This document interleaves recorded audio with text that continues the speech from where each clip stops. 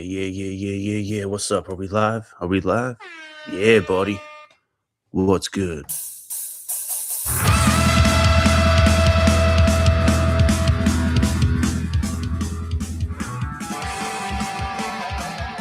Happy Wednesday out there, everybody.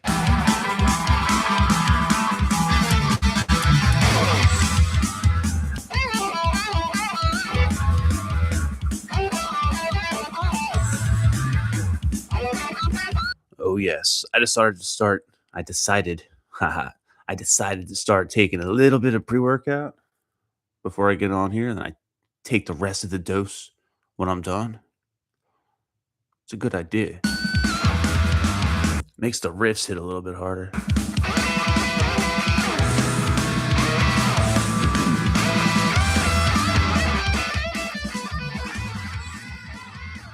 Although it's probably gonna just make my already kind of spastic stream of thought a little more spastic, but that's okay.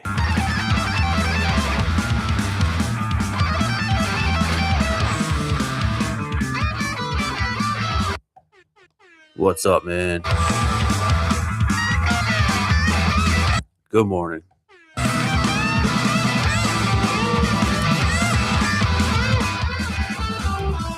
Yeah, man. What's up, everyone? Welcome. Happy Wednesday. A fine Wednesday morning edition of BS with B. Hannas.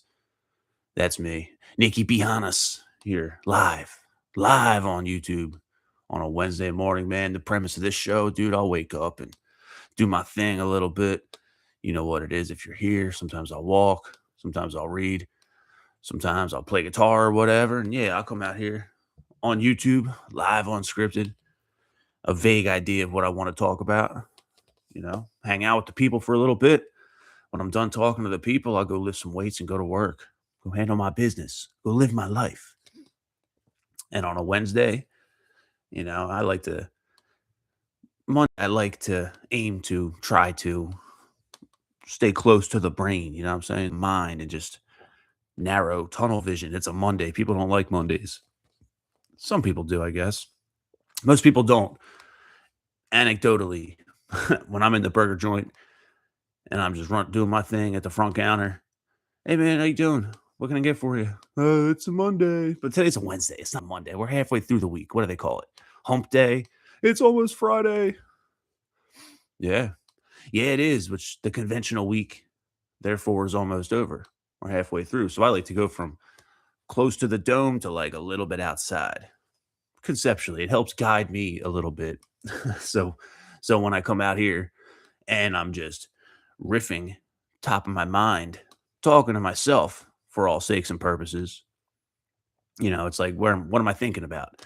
I don't want to extrapolate my thoughts and be just pontificating at the whole wide world, because then it turns into politics and it turns into sociology almost, and it turns into usually just bitching and moaning, of which there's no shortage of things to bitch and moan and piss and complain about. And I do that. I need to not do that. I think coming out here and reminding myself and telling everybody that it's a fruitless endeavor to just complain about the systems and structures and all that stuff is downstream from the people that are actually the constituents of the nation. You know what I mean? Like, we matter as people. How we live our lives matters. The ripple effect that comes from the way that we live our lives matters. And, that's what actually is the flow of all that stuff. In theory, maybe that's utopian. Maybe that's just wishful thinking. Because damn, I went to get groceries the other day. Man, I got enough food for like 6 days, eating clean and, good food. I'm not buying the trash because the trash is cheap. Trash comes cheap, man. You can get a box of Pop-Tarts for like what, $1.50? Some Elio's pizza for like $2.75 or something. Anything you can find in a high school cafeteria as given to the youth of the nation through the food contractors and funded by the fucking school system or whatever, that stuff's garbage. Once you start trying to eat decent, it gets expensive. Man, I went to the damn grocery store and it's like $106, $110 for 6 days worth of food. And that seems like gratuitous to me, you know? Damn, pound of 93% lean ground beef pushing 15 bucks. It's like, dude, this is fucking crazy out here.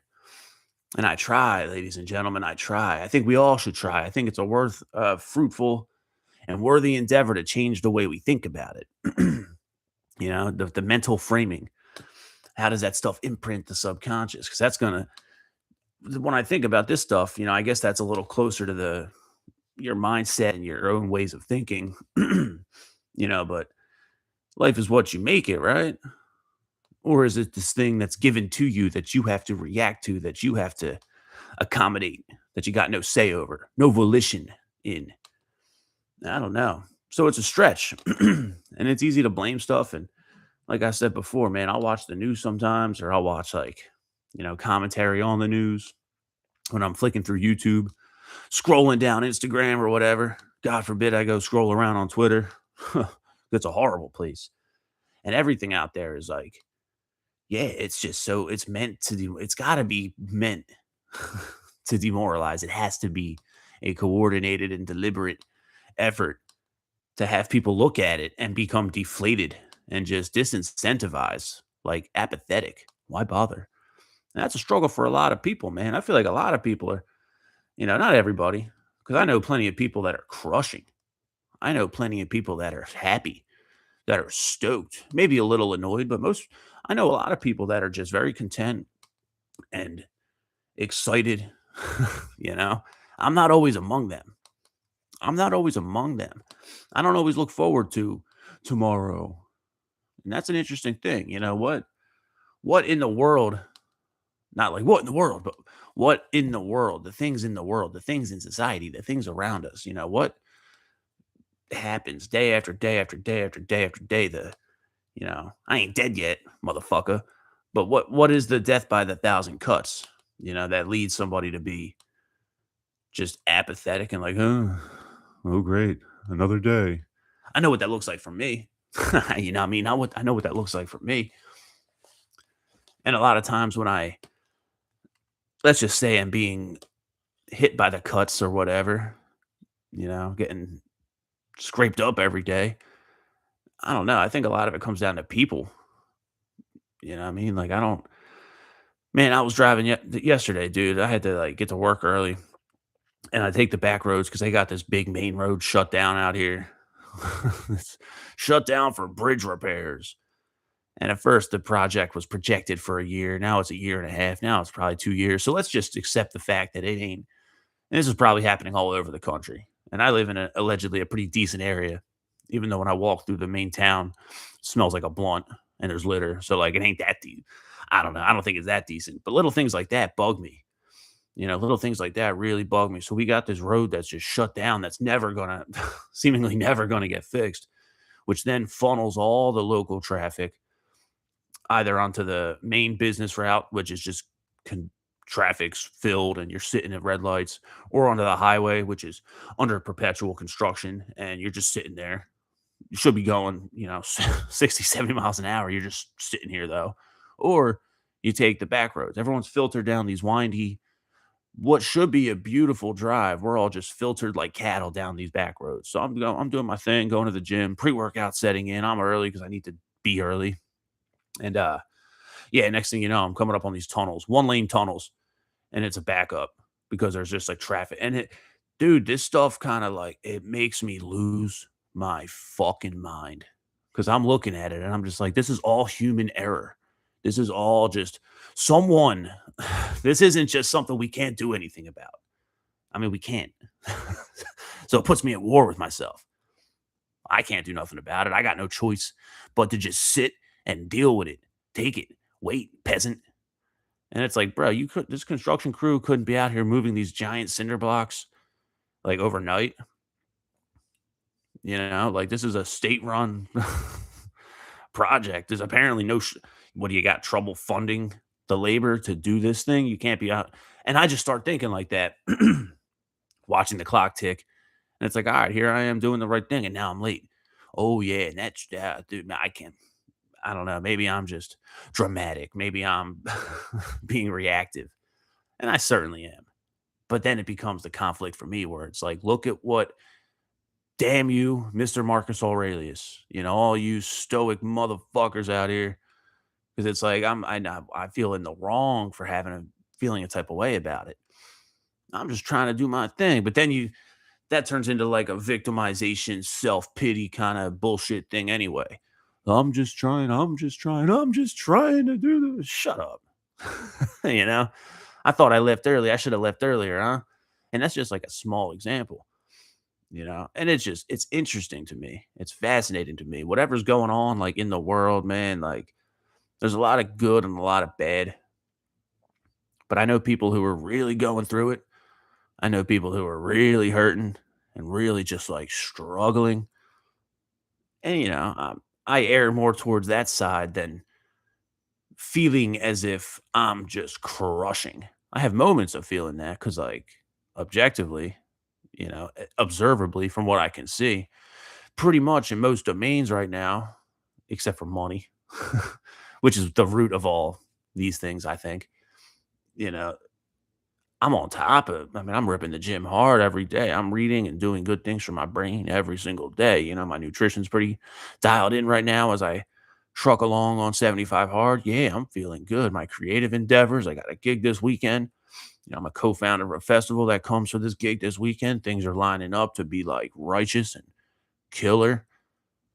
Working along on my writings, and I'm blessed with a bunch of friends and people to like hang with and build fellowship and camaraderie with. So a lot of realms are really good.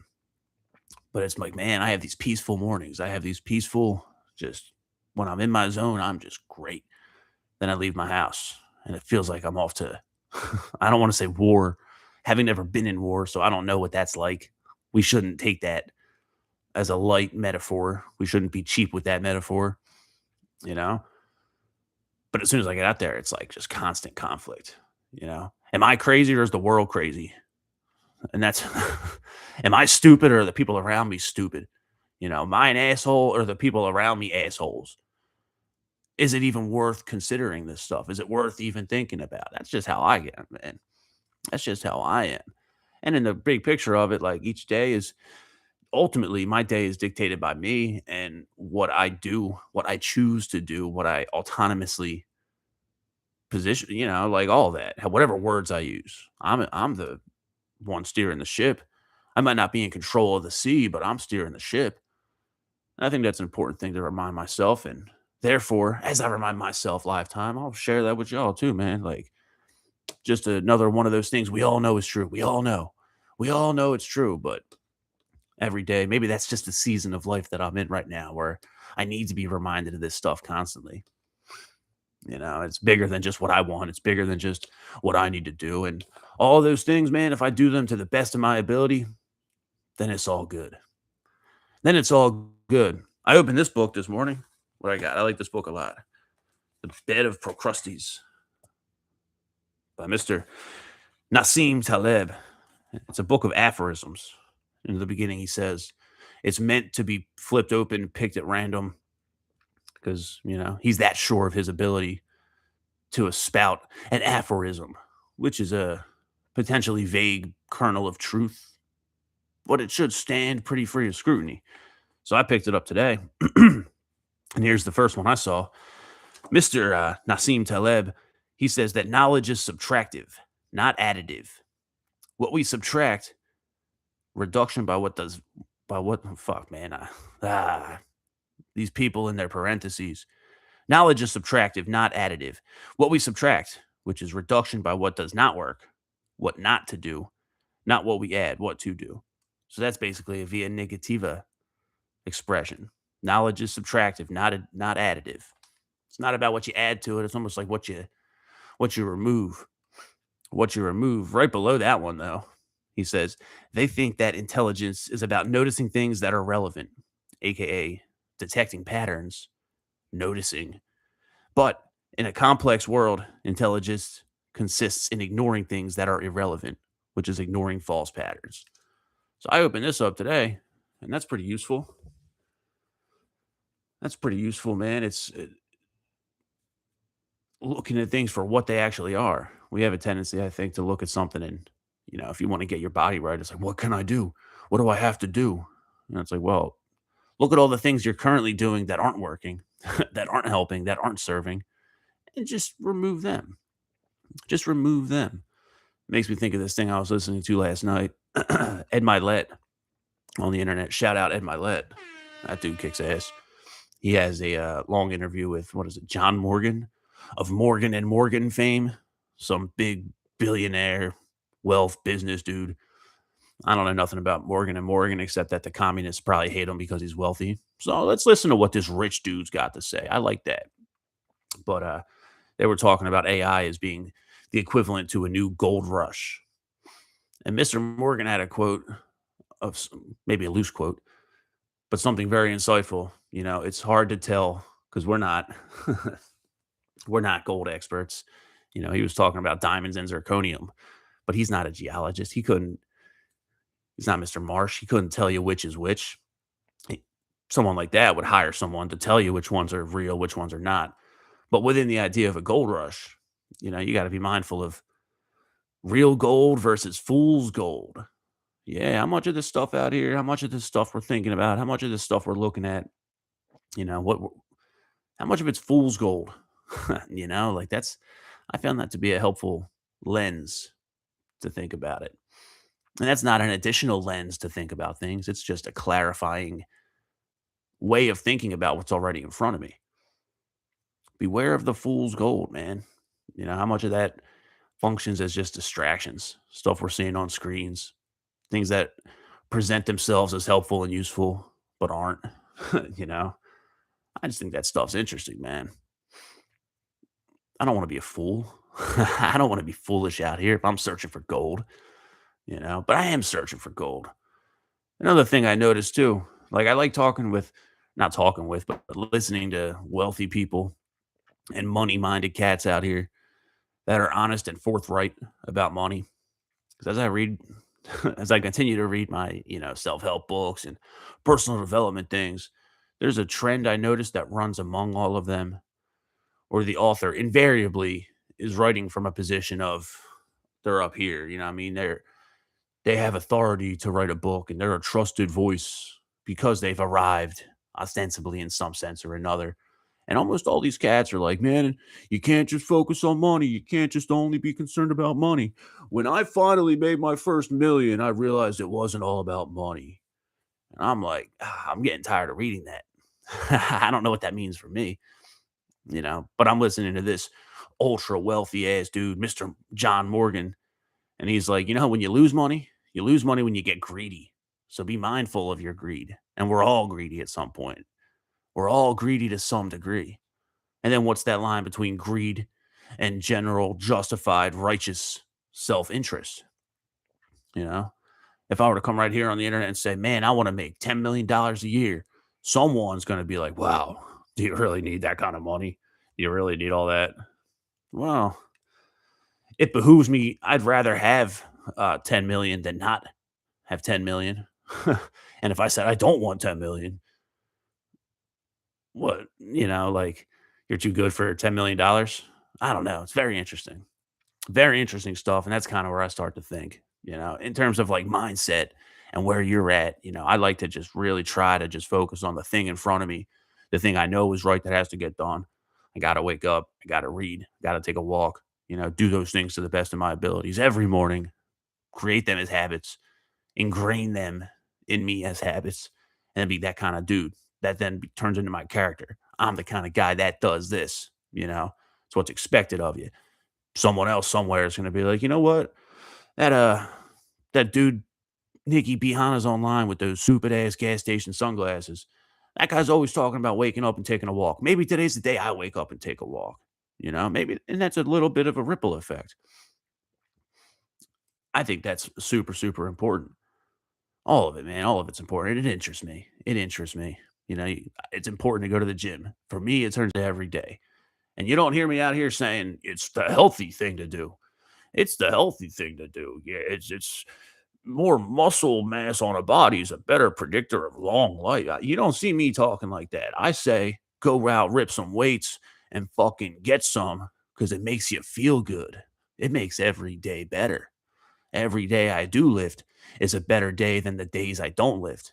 And that's just what it is. So that's what we got. Do the right thing. What's the right thing? Nothing's really right. And now we're entering a spiral, but we're also entering 20 minutes plus, which means I got to go. Happy Wednesday, everyone out there. If you hung out and listened to me ramble on for a little bit, shout out to you. I appreciate you. Shout out to my people on audio because I see you cats out there listening. That's what's up. Couple new subscribers out here.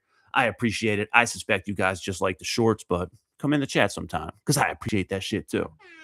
Yeah, thanks for hanging out. Happy Wednesday.